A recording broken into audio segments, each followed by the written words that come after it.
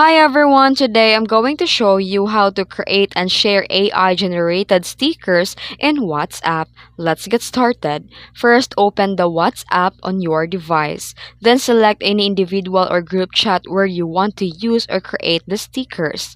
Then, to access the stickers, tap the emoji icon at the bottom, then navigate to Sticker tab. Tap Create option. Then choose Generated with AI. You'll see the two options. Use a photo and Generated with AI. Then here, select the Generated with AI. Then enter a prompt. Type what you want AI to create. For example, funny, sad, laughing girl, and more. And the AI will generate a sticker options based on your prompt.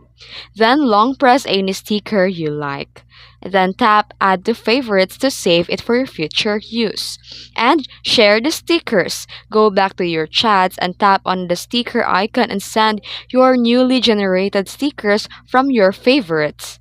Use a creative prompts like robot dancing, girl laughing, and more. And that's it. If you found this video tutorial helpful, feel free to ask for more AI tips. Thanks for watching. Hit like and subscribe and comment below.